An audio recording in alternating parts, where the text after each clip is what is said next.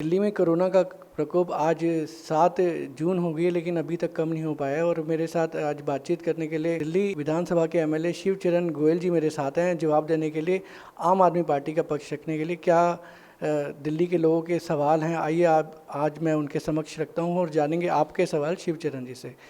सबसे पहले तो शिवचरण जी, आपका बहुत बहुत स्वागत है। कोरोना में आप, मेरे ख्याल से 2 महीने हो गए हैं लगातार आप जूझ रहे हैं, काफ़ी मशक्क़त कर रहे हैं, दिन रात हम देख रहे हैं, क्षेत्र में मेहनत कर रहे हैं।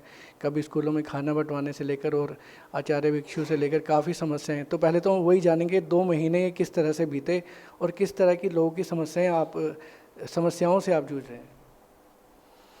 राजेश जी नमस्कार। मैं सभी अपने चाहने वालों को नमस्कार। लगभग आज 75 दिन हो चुके हैं। 24 मार्च को फर्स्ट लॉकडाउन शुरू हुआ था, अनाउंस हुआ था, और आज 7 जून है, तो 75 दिन के करीब हो चुकी हैं। इन करीब 2.5 महीने के अंदर हमने शुरुआत में ही जब इस प्रोग्राम को हमारे सामने शुरू हुआ तो सबसे पहले हमने जनता के लिए खाने की व्यवस्था शुरू की, और मात्र 2 दिन के अंदर, मैं अपनी विधानसभा की बात करता हूँ, 2 से 5 दिन के अंदर हमने पूरी विधानसभा के अंदर 24,000 लोगों को खाना सुबह और 24,000 लोगों को खाना शाम को।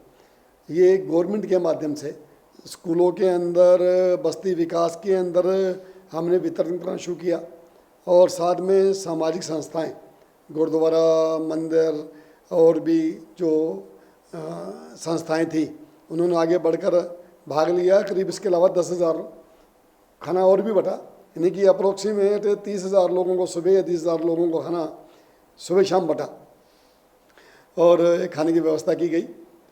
उसके बाद हमारे अरविंद केजरीवाल जी ने ई कूपन के माध्यम से हमारे विधानसभा में हज़ारों लोगों को राशन प्रोवाइड किया गया, साथ में एक ज़रूरी सामान की किट भी वितरित की गई, राशन को डबल किया गया, साथ में किट भी दी गई, फ्री राशन दिया गया। करीब 8.5 लोगों को, पेंशनधारियों को 5-5 हज़ार रुपये पेंशन दी गई, 8.5 लाख लोगों को। और जितने मजदूर वर्ग थे उनको भी 5-5 हज़ार रुपये दिए गए, और जो ये रिक्शा चालक थे, ग्रामीण जो भी चालक थे, उनको 5-5 हज़ार रुपये दिए गए। इसके माध्यम से कहीं ना कहीं हमने पूरे तबके को राहत देने की कोशिश की। शिवचरण जी, जैसे जैसे हम देख रहे हैं, आम आदमी पार्टी डेली प्रेस कॉन्फ्रेंस भी करते हैं, हमारे सीएम साहब, काफ़ी आम आदमी पार्टी के लोग काफ़ी, हम सोशल मीडिया पर उनके वक्तव्य देख रहे हैं किस तरह से वो काम कर रहे हैं, लेकिन कोरोना जो है रुक ही नहीं रहा है।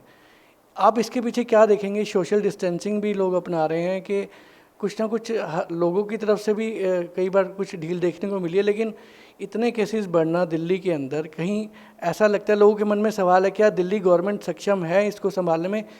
कोई सवाल ऐसे उठते हैं कि लोग जब सोशल मीडिया पर कह रहे हैं कि शायद कहीं नाकामयाब हो रही है आम आदमी पार्टी की सरकार। आप क्या कहेंगे इसके बारे में? पूरा संसार पिछले 4 महीने से जूझ रहा है, और हमारे पास पहला केस 30 जनवरी को भारत में आया था।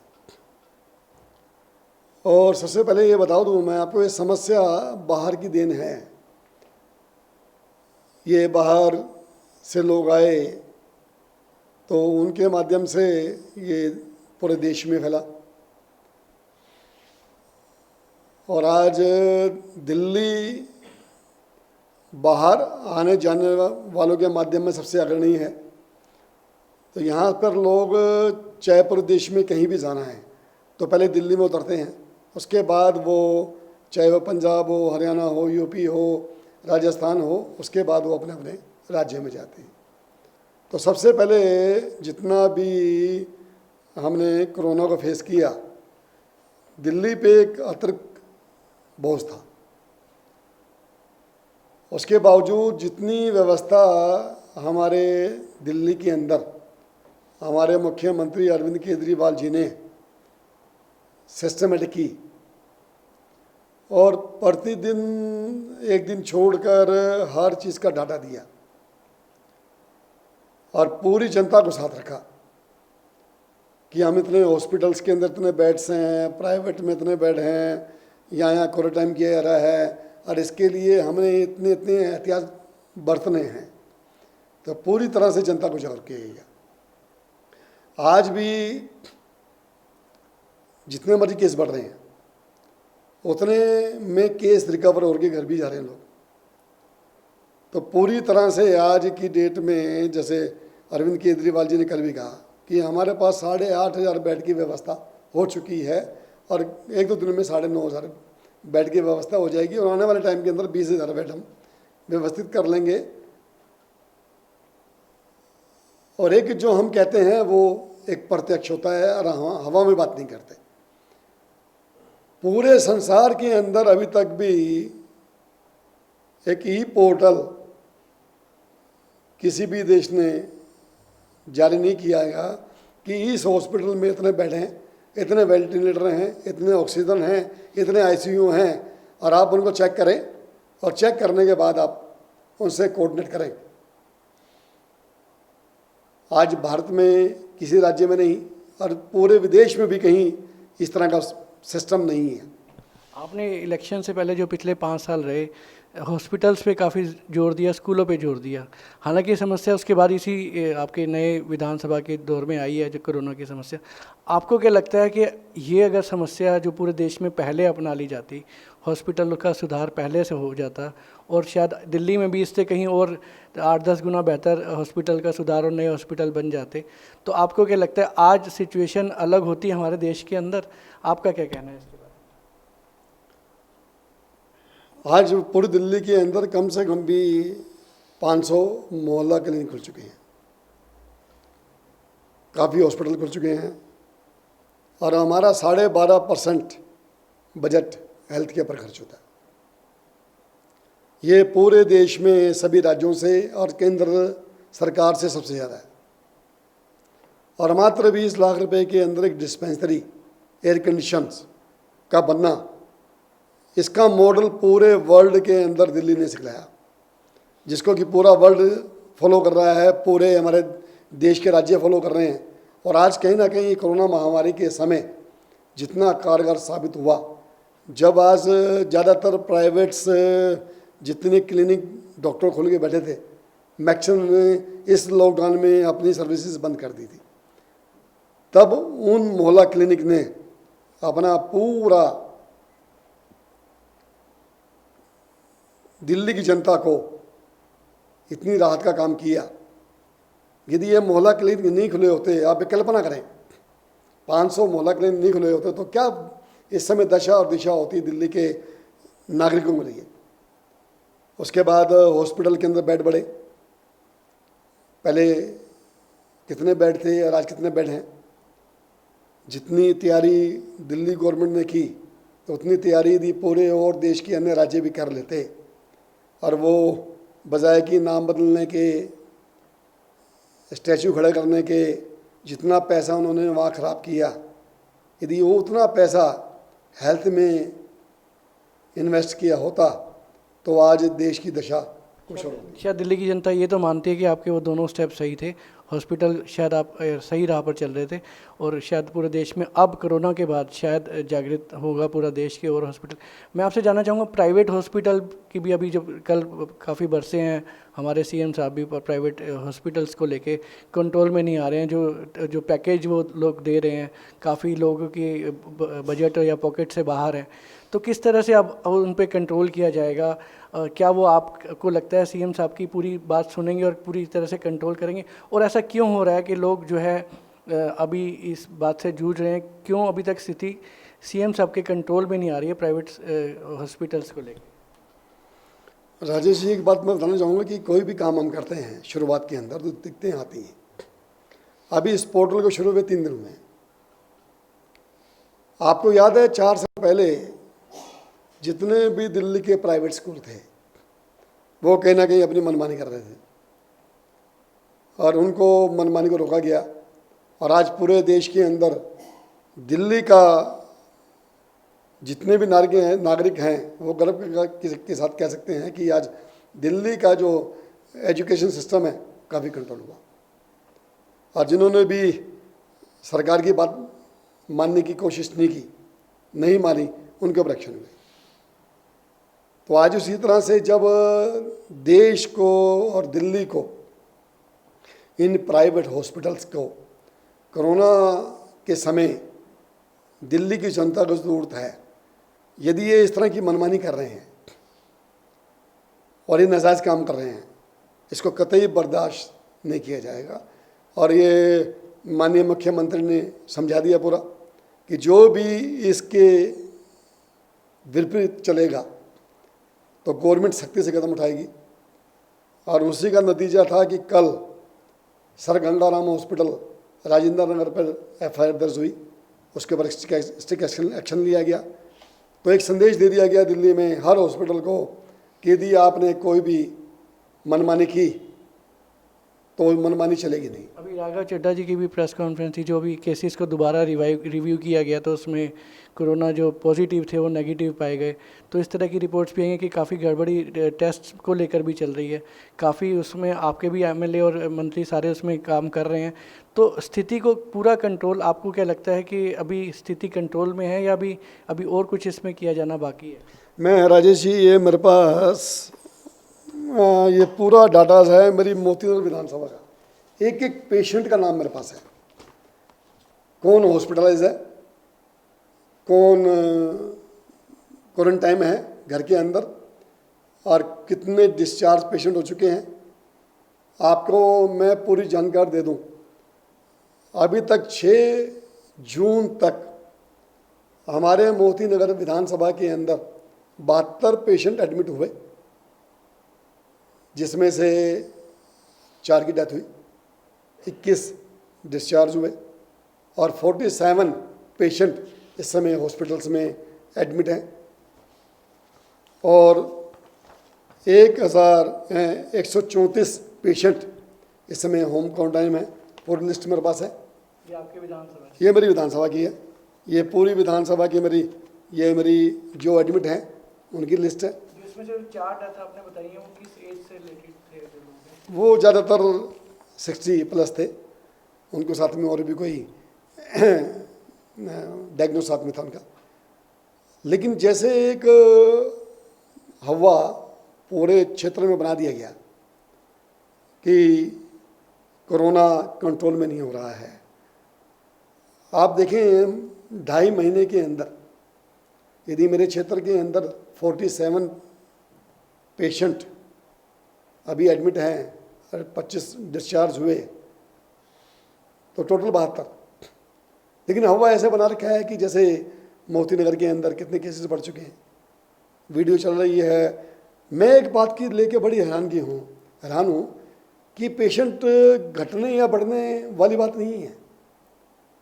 हमारा विपक्ष चाहता क्या है? आज कहीं ना कहीं जितनी ताकत और जितनी जिम्मेदारी हमारे देश के, हमारे दिल्ली के 7 MP हैं, निगम पार्षद हैं, वो कहीं भी किसी प्रोग्राम के अंदर पार्टिसिपेट नहीं कर रहे, बजाय इसके वो टांग खींच रहे हैं, हर जगह टांग उड़ा रहे हैं। आप अपना रोल बताएं ना कि आप दिल्ली की जनता के लिए क्या कर रहे हैं, आप दिल्ली की जनता के लिए किस तरह की पार्टिसिपेट कर रहे हैं। लास्ट वीक सीएम साहब ने सवाल भी उठाया था कि काफ़ी पैसों की कमी आ रही है दिल्ली सरकार को, क्या अभी मतलब उसमें कुछ आपको मदद मिल पाई है सर? अब हमारा पूरा प्रयास है कि केंद्र से कि हमें दिल्ली की जनता के लिए जैसे वो और राज्यों को मदद कर रहे हैं, वो दिल्ली की मदद भी करेंगे। और दिल्ली को भी ये बार बार सवाल क्यों उठता है कि दिल्ली को मदद नहीं मिलती है? बाकी क्या कुछ खास प्यार है केजरीवाल जी के साथ केंद्र सरकार? तो यही बात तो मैं कह रहा हूँ कि हमारे साथ MP जो BJP से हैं और वो केंद्र सरकार के नुमाइंदे हैं, तो उनका एक कर्तव्य बनता है, उनकी ड्यूटी बनती है कि इस समय कोरोना महामारी के समय वो दिल्ली के लिए फंड कुछ जुटाएं, और सुविधाएं पैदा करें जिससे दिल्ली की जनता को राहत मिले और उससे लगे कि दिल्ली की जनता के लिए वो हमारे साथों एमपी काम कर रहे हैं। हमारे निगम पार्षद जो उनका काम है सैनिटाइजेशन करने का वो काम कर रहे हैं, क्षेत्र में सफाई का काम है वो कर रहे हैं, तो कम से कम भी एक ऐसा तो लगे कि हम मिल के काम कर रहे हैं। आज तो ऐसा लग रहा है कि जैसे निगम पार्षद और हमारे क्षेत्र के एमपी नदारद हैं, उन्हें टांग खींचने का काम कर रहे हैं, तो दिल्ली की जनता दिख रही है। दिल्ली में खैर कह भी रहे हैं सीएम साहब कि इतना वो माइल्ड चल रहा है 8 से 10 दिन में, जिसको हो भी रहा है तो जल्दी से ठीक हो रहा है, कि जिसकी कोई बीमारी है तो शायद उसी के साथ ज़्यादा दिक्कत है।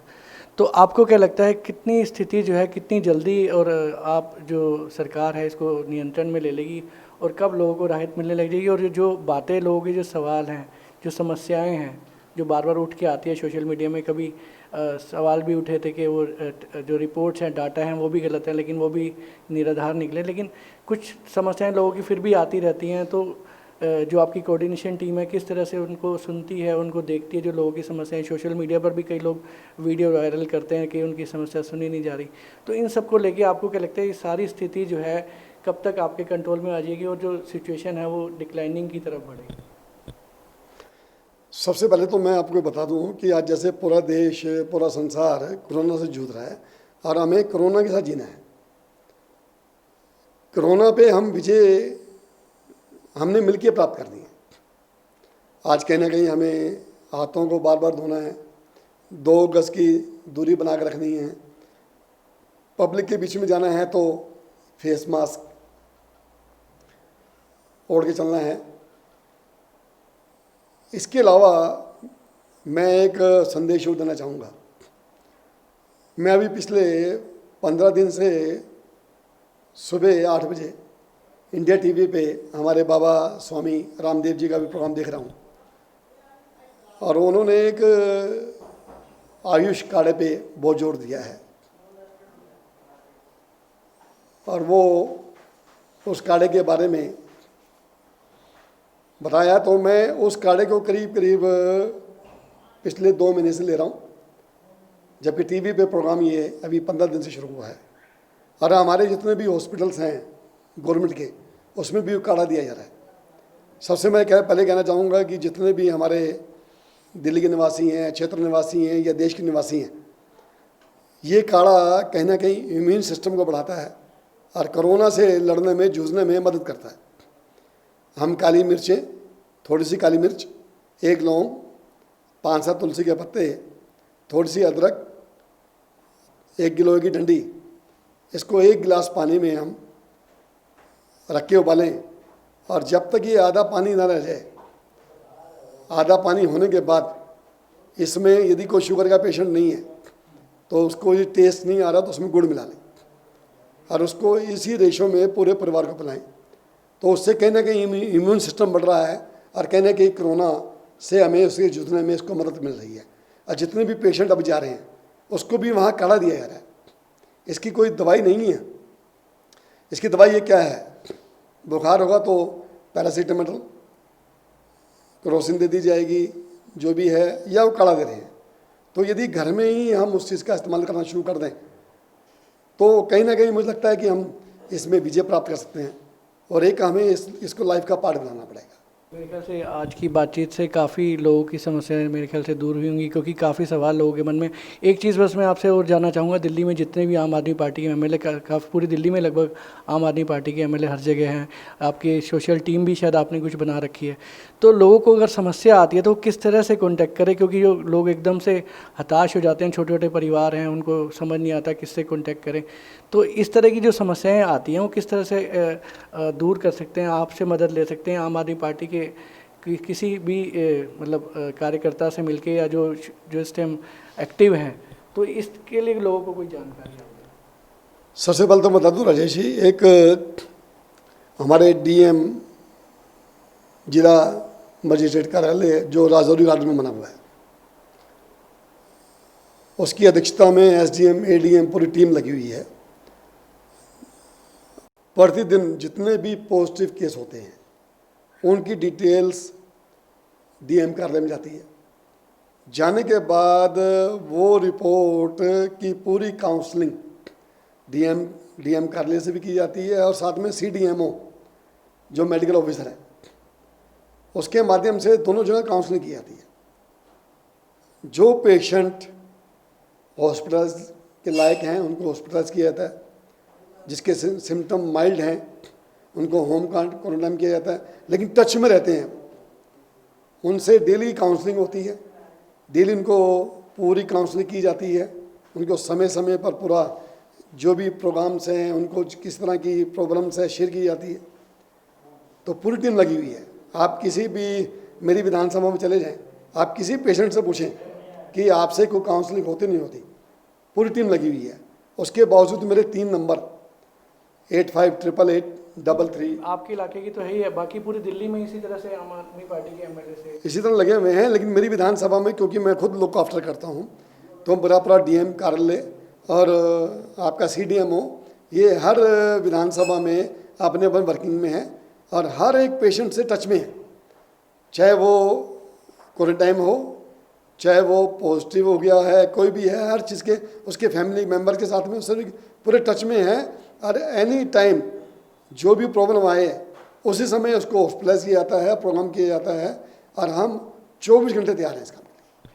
एक लास्ट में एक बात पर मैं आपको और प्रकाश डालना चाहता हूँ। अब शायद आप मीटिंग करते हैं तो आप हेल्थ मिनिस्टर साहब CM साहब तक अगर ये बात पहुँचाएँ, क्योंकि छोटे छोटे अगर जो टेस्ट भी कराने जा रहा है, किसी का 500 का टेस्ट है, 1000 रुपये का टेस्ट है, कहीं हड्डी टूट गई है, कुछ भी हो गया, तो उसको कोरोना का टेस्ट पहले कराना ज़रूरी है और बाद में वो 500-600 का टेस्ट होता है, तो उसका बिल मोटा मोटी 5600, 5700, 5800 पड़ जाता है। तो इस तरफ कुछ इस दिशा में कुछ हो सकता है क्या? सरकार इस टेस्ट का कुछ अमाउंट आने वाले समय में कुछ कम कर सकती है? क्योंकि प्राइवेट जितने भी जहाँ पर भी इलाज होते हैं या टेस्ट होते हैं वहाँ ये छोटी छोटी समस्या आ रही हैं लोगों की पॉकेट से, जहाँ 600 रुपये जाने हैं वहाँ 5600 रुपये जा रहे हैं।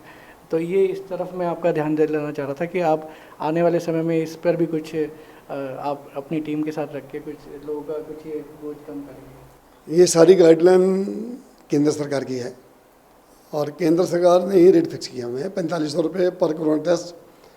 और जितने हमारे हॉस्पिटल्स हैं गवर्नमेंट कहीं भी इस तरह की कार्रवाई नहीं है। जब उनको लगता है सिम्टम है तब उनकी टेस्ट भी हम अपने हॉस्पिटल से करते हैं। लेकिन वो कहीं प्राइवेट कराना चाहते हैं, प्राइवेट हॉस्पिटल में इलाज हैं तो उनका कहीं ना कहीं उसका भी कुछ इलाज किया जाएगा। लेकिन हमारे जितने भी गवर्नमेंट हॉस्पिटल हैं वहाँ पर कोई भी टेस्ट है वहाँ हो रहा है। जब तक उसको सिम्टम नहीं होता तो हम कोई टेस्ट कोरोना के लिए नहीं बोलते। अच्छा, लेकिन ये प्राइवेट के ऊपर थोड़ा सा आप लगाम कसेंगे आने वाले समय? आने वाले समय में इसको भी सारी रूपरेखा बनाई जाएगी, जैसे कि प्राइवेट स्कूल्स के थे वैसे इनके ऊपर भी एक अंकुश लगाया जाएगा। बहुत बहुत धन्यवाद शिवचंद जी। लोगों की समस्याएं जो थी उनकी बातों का आपका जवाब हमने आप लोगों तक पहुंचाया। आने वाले समय में इसी तरह से रूबरू होते रहेंगे शिवचंद जी के साथ। बहुत बहुत धन्यवाद। जय हिंद, जय भारत।